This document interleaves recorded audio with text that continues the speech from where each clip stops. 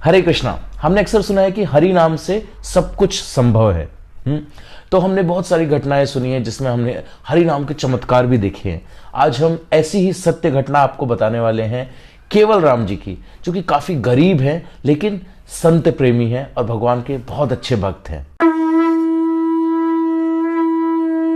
तो जो केवल राम जी थे बहुत ही गरीब थे, उनके घर में खाने को अन्न का दाना भी नहीं था। और एक बार संतों की बहुत बड़ी मंडली आई उनके घर में, मतलब बहुत सारे संत आए उनके घर पे। अब उनको क्या खिलाएं? वो अपने रिश्तेदारों के पास गए, दोस्तों के पास गए कि मुझे उधार दे दो, कुछ दे दो, मैं लौटा दूंगा। लेकिन किसी ने 1 रुपया नहीं दिया, ना ही किसी ने अनाज दिया। फिर एक सेठ व्यक्ति था, काफी पैसे वाला था, उसने देखा कि इसको अभी जरूरत है, तो उसने सोचा कि मैं इसका फायदा उठाता हूँ। तो उसने क्या किया, बोला कि मैं तुमको जितना अनाज चाहिए मैं दे दूंगा, लेकिन तुम्हें मेरा काम करना होगा। तो उसने बोला कि ठीक है, आप बताइए मुझे क्या करना होगा। बोला तुम्हें मेरे लिए कुआं खोदना होगा। कुआं खोदना उस समय बहुत ही मतलब हरक्यूलिस टास्क था। अभी तो क्या है, हम जेसीबी वगैरह से खोद देते हैं ना, उस टाइम फावड़े से खोदना पड़ता था, हाथ से, और कितना गहरा खोदना पड़ता था, कितना कष्ट होता था उसमें, कितना समय जाता था। तो बोला ठीक है मैं खोद दूंगा। बदले में क्या दिया? सिर्फ अनाज दिया। तो उन्होंने खूब ढेर सारा अनाज दिया। वो गए, संतों को खूब खिलाया उन्होंने। और उसके बाद जब संत लोग कथा करके चले गए, 2 दिन वहां पे कथा किया, उसके बाद वो लोग चले गए। फिर वो आए सेठ जी के पास, बोला कि हाँ जी बताइए मुझे कहाँ पे कुआं खोदना है। तो उन्होंने बताया कि इस जगह पे आपको कुआं खोदना है। शुरू हो गया। अपनी पत्नी के साथ गए थे और कोई तो था ही नहीं उनके सहायक में। जैसे जैसे वो फावड़ा मारते वैसे वैसे राम बोलते, और उनकी पत्नी मिट्टी उठाती और राम बोलती। तो ऐसे ऐसे करके धीरे धीरे धीरे धीरे धीरे गड्ढा होता जा रहा था, बड़ा होता जा बड़ा होता जा रहा था। फिर एक समय ऐसा आया कि बालू वाला पानी आने लगा। तो उन्होंने फिर खुदाई चालू रखी। और अचानक से ऐसा हुआ कि जो बालू का टीला टाइप का था वो फट गया और केवल राम जी अंदर चले गए, और ऊपर से सारी जो मिट्टी थी उनके ऊपर आ गई, ढक गई। अब उनकी पत्नी बेचारी वियोग में चिल्लाने लगी, कोई बचाओ बचाओ बचाओ। सब लोग आए वहां पे, देखा वो सेठ जी भी आए, लेकिन कैसे? मतलब मिट्टी दब चुकी थी, काफी समय हो चुका था, तो बचने के कोई चांस थे नहीं। तो सबने छोड़ दिया वहां पे कि चलो, उन्होंने जो सेठ जी थे उन्होंने समझाया उनकी पत्नी को, देखो कोई भी जरूरत हो अनाज वगैरह ले लेना मुझसे, ठीक है, चिंता मत करना, जाओ। उनकी पत्नी वियोग में रही, काफी समय तक रोती रही। 1 दिन बीता, 2 दिन, 10 दिन, 15 दिन, 20 दिन, 1 महीना बीत गया। 1 महीने बाद वहां से राजा की सवारी जा रही थी। तो राजा की सवारी जब निकल रही थी तो वहां पे उन्होंने विश्राम किया, वहीं जहां पे वो खुदाई कर रहे थे कुएं की। तो उनको आवाज आई, राम राम राम। और राजा सुन रहे हैं ये आवाज कहां से आ रही है, सैनिक भी सुन रहे हैं। राजा ने बोला सैनिकों को पता लगाओ ये आवाज कहां से आ रही है। तो सैनिकों ने पता लगाया, देखा इधर उधर, चारों तरफ पेड़ के ऊपर देखा, इधर देखा उधर देखा, कहीं मिल ही नहीं रहा, आवाज आ कहां से रही, समझ ही नहीं आ रहा।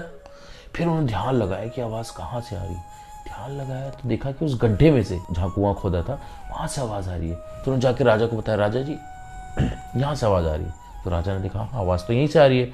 तो उन्होंने बुलाया, वहां पे गांव वगैरह इकट्ठा हो गए, गांव वाले। तो उन्होंने बताया हाँ इसके अंदर 1 महीने पहले एक गिरा था व्यक्ति, तो मर गया होगा वो तो, लेकिन आवाज कैसे आ रही है। तो राजा ने तुरंत आदेश दिया कि मिट्टी हटाओ। सारे सैनिक मिट्टी हटाने लगे, धीरे धीरे धीरे सारी मिट्टी हटा दी। फिर जब वो बालू हटाया, बालू का टीला, तो उसके नीचे देखा ऐसे गुफा टाइप का बना हुआ था, और वहां पर केवल राम जी बैठे हुए थे। उनके बगल में एक घड़ा रखा था पानी का, और सामने प्रसाद रखा था, बहुत मतलब कि ऑपुलेंट प्रसाद, इतना सारा आइटम रखा हुआ था। देखिए कुएं के अंदर कौन प्रसाद दे रहा है, ये मटके का जल कौन दे रहा है। सारे हैरान हो गए। तो राजा ने उनको बाहर निकाला, उनके चरणों में गिर गए। ये क्या, मतलब कैसे कैसा चमत्कार है ये। तो केवल राम जी ऐसे बैठे हुए थे ना, तो उनका यहाँ पे वो निकल गया था कुबा टाइप का, तो उनका नाम फिर कुबा केवल राम पड़ गया था। तो राजा उनके चरणों में गिरे, बोला कि मुझे तो वहां कोई परेशानी थी नहीं, मैं तो भजन कर रहा था 24 घंटे, एकांत भी था, और मेरे प्रभु जो थे नाम प्रभु, वो मुझे लाकर प्रसाद दे देते थे, पानी देते थे, मैं पी लेता था।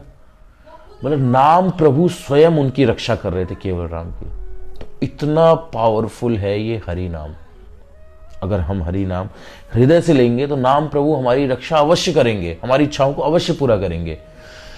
अंतर क्या है, जो केवल राम जी नाम ले रहे हैं और जो हम नाम ले रहे हैं, उसमें अंतर क्या है?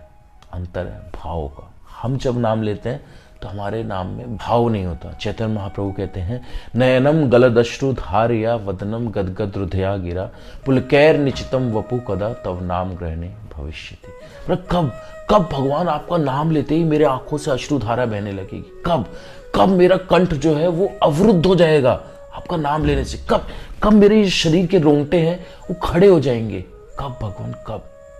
तो ये भाव, जब ये भाव हमारा आएगा तब जाके नाम प्रभु साक्षात हमारे समक्ष खड़े होंगे। तो नाम हमें लेना है हम, क्योंकि हम बहुत सारे हमारे अनर्थ हैं, इस वजह से हमें अभी नाम का प्रभाव नहीं मालूम पड़ रहा है। लेकिन धीरे धीरे धीरे धीरे धीरे धीरे जैसे जैसे हम नाम लेते रहेंगे हम उस स्टेज पर अवश्य पहुंचेंगे। तो आइए मिलकर हम सब हृदय के साथ एक बार बोलेंगे, हरे कृष्ण कृष्ण कृष्ण हरे हरे, हरे राम राम राम हरे हरे, हरे कृष्ण।